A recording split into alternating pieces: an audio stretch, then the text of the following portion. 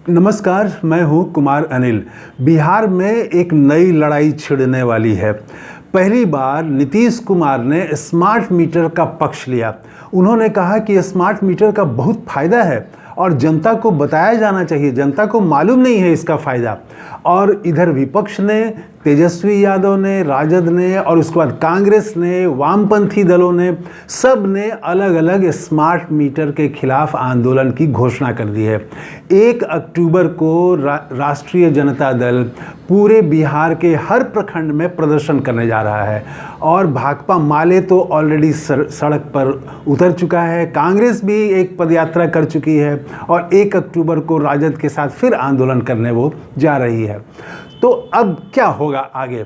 नीतीश कुमार तो अड़ गए कि स्मार्ट मीटर नहीं हटेगा। अब वो फ़ायदा बता रहे हैं। उन्होंने अपने लोगों को कहा कि स्मार्ट मीटर का फ़ायदा बताइए।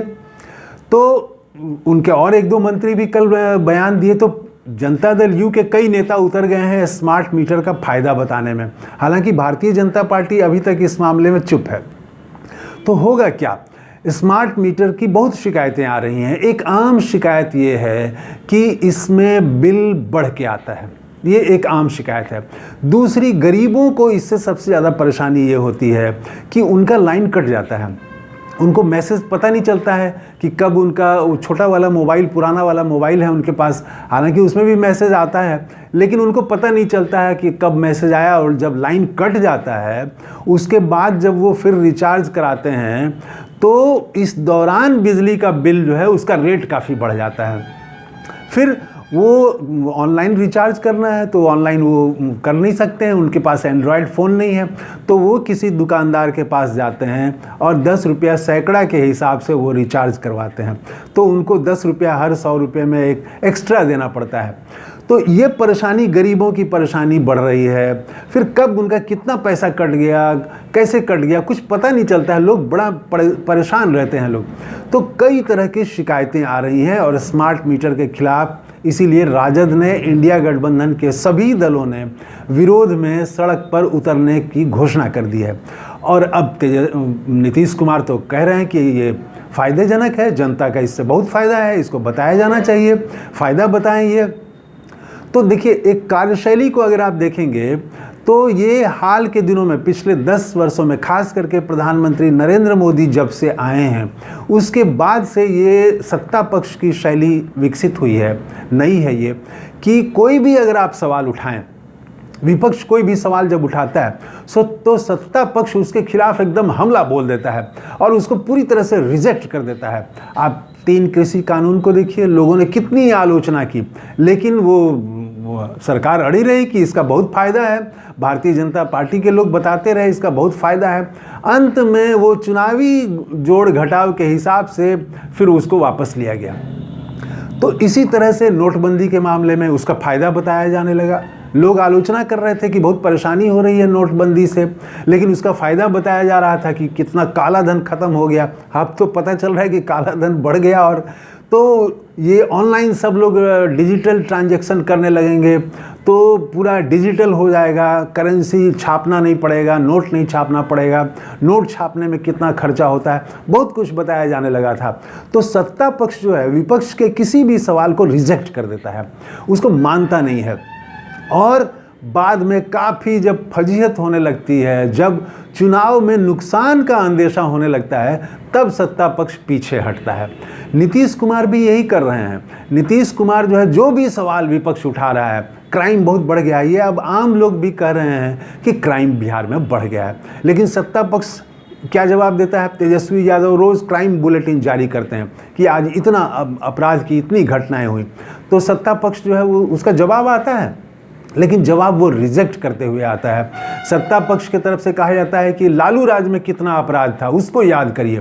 तो आज के अपराध पर वो बात करना नहीं चाहते हैं, वो लालू राज की बात कर देंगे। भ्रष्टाचार की बात होगी, पुल बहते जा रहे हैं। अब तो पुल का बहना समाचार ही नहीं रहा बिहार में।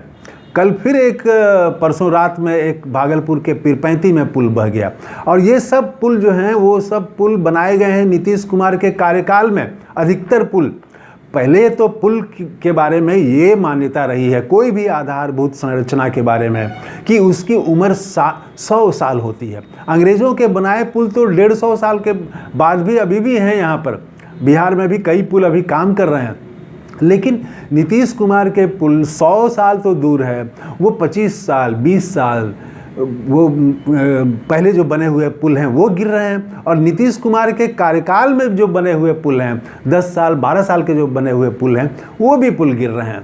तो ये इस पर जब तेजस्वी यादव ने कहा कि ये इसमें कमीशन खोरी है, कमीशन खोरी वाली सरकार है, तो फिर जवाब दिया गया कि आप लालू राज को याद करिए, कितना भ्रष्टाचार था, कैसे वसूली होती थी। तो ये रिजेक्ट कर देते हैं, लेकिन कुछ ना कुछ सुधार की भी कोशिश करते हैं भीतर भीतर। ये नीतीश कुमार की खास शैली है। जैसे तेजस्वी यादव अपराध पर सवाल उठा रहे हैं कि बिहार में अपराध बढ़ गया, तो उस पर जो है उसको पहले तो पार्टी रिजेक्ट कर देती है कि नहीं नहीं ऐसा कुछ नहीं है, आंकड़ा देख लीजिए, अभी भी बिहार कितना अपराध के मामले में कितना नीचे है, कितनी बढ़िया स्थिति है। लेकिन भीतर से वो कोशिश होती है कि नहीं अपराध तो बढ़ा है, और उसके बाद समीक्षा बैठक होती है। भले ही उस समीक्षा बैठक का बहुत नतीजा नहीं निकल रहा हो, लेकिन समीक्षा बैठक होती है। अभी तो डीजीपी ने निर्देश भी दिया है, सभी एसपी के साथ उन्होंने ऑनलाइन मीटिंग की। तो ये सब कुछ सुधार की कोशिश भी करते हैं, लेकिन ऊपर से रिजेक्ट कर देते हैं। अब स्मार्ट मीटर पर भी नीतीश कुमार ने रिजेक्ट कर दिया है, लेकिन ये मानिए कि भीतर भीतर जरूर वो कैसे शिकायतों का निपटारा हो और शिकायतें कम हो, इसके लिए भी प्रयास शुरू हो जाएगा, क्योंकि वो जान रहे हैं कि बिहार में ये आम शिकायत है, लोग परेशान हैं ये स्मार्ट मीटर से। तो स्मार्ट मीटर पर लड़ाई अब ठनने वाली है, ये भी एक चुनावी मुद्दा बन जाएगा।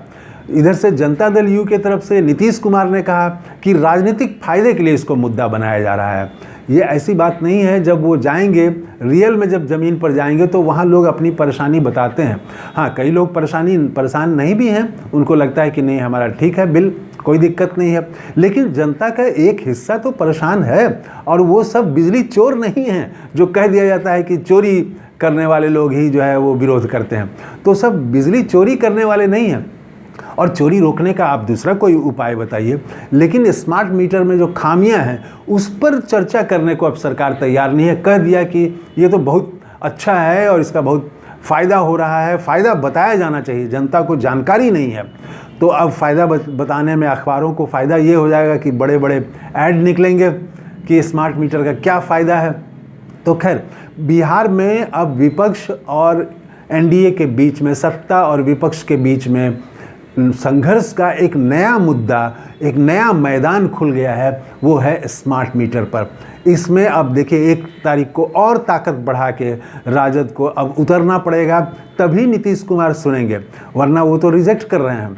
तो बिहार में एक नया मुद्दा, पक्ष और विपक्ष के बीच संघर्ष का एक नया मुद्दा स्मार्ट मीटर के रूप में सामने आ गया है। आपका क्या कहना है? स्मार्ट मीटर से बहुत फ़ायदा है या स्मार्ट मीटर से लोगों को नुकसान है, लोग परेशान हैं इससे, और उस परेशानी का कुछ ना कुछ हल निकाला जाना चाहिए? आपका क्या विचार है? कमेंट करके ज़रूर बताइएगा। थैंक यू, धन्यवाद, जय हिंद।